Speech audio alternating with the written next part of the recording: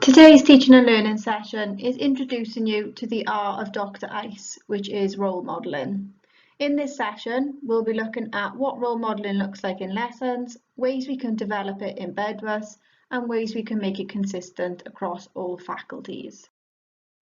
Okay, so a short task to get us started. If you'd like to, please, on your activity sheet, can you please write a step by step of how to change a tyre? You'll have 3 minutes to do this. You're not to discuss it with anyone, and it must be completed individually.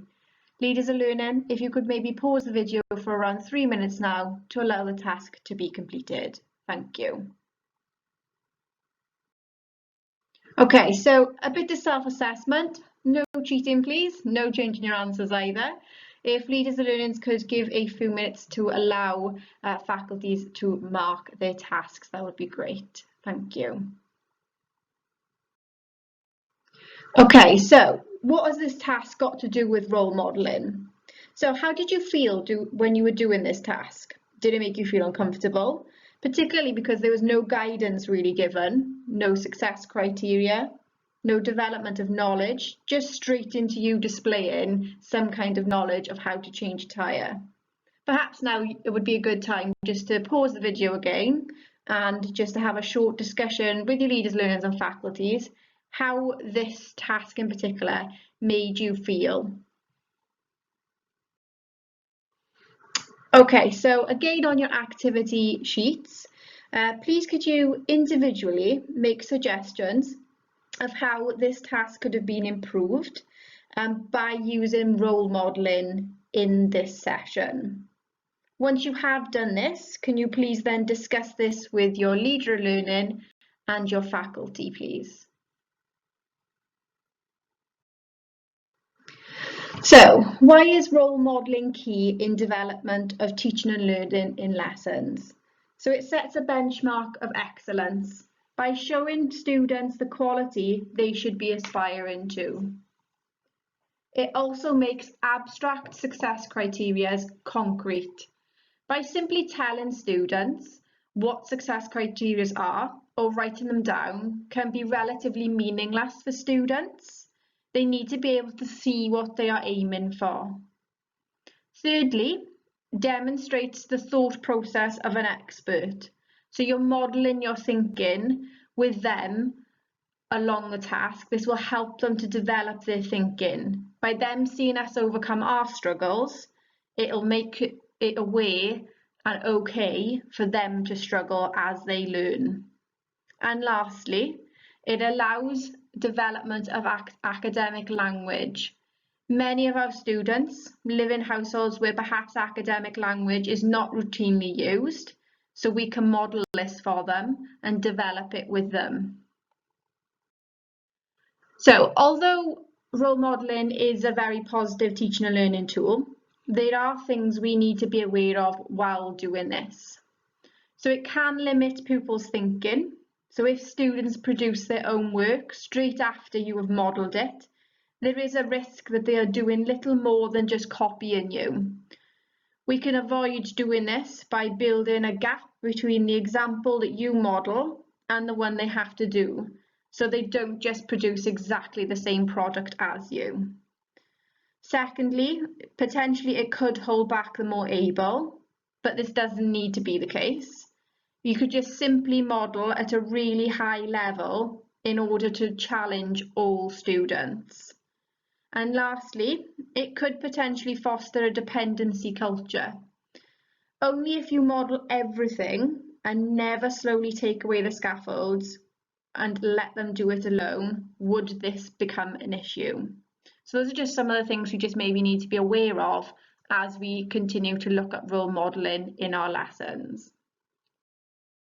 So I'd like you to now think of the lessons that you've taught today or recently. And has there been role modelling in those lessons? There probably has been. On your activity sheet, please can you record this and then discuss this with your leaders of learning and faculty. If leaders and learners can now pause the video and allow the task to take place, please. Thank you. Okay, I'd like you now to reflect on where you feel you are at with role modelling in your faculty at the moment. Please feel free to discuss this with your faculty, but could you please all individually mark on your own activity sheet where you feel the faculty is at? So as you can see, the left-hand side, you feel there might be quite a bit of improvement needed, and then further up the scale to the right-hand side, it then shows that you feel like the faculty is strong with role modelling.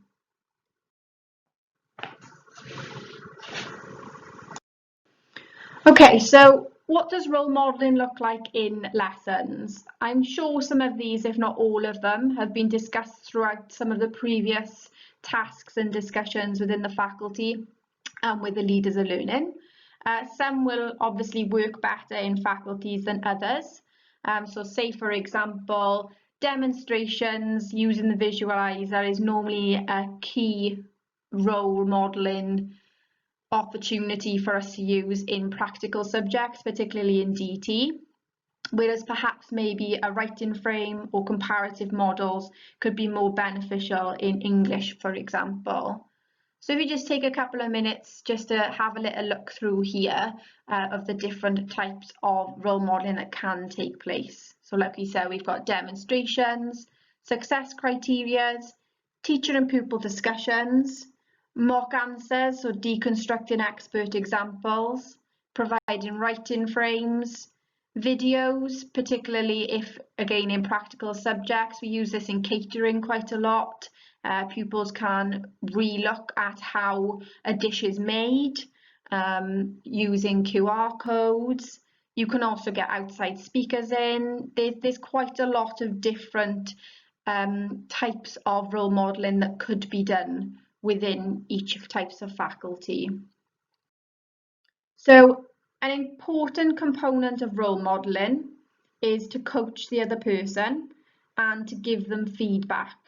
A straightforward process for doing this can be seen on the board in front of you at the moment.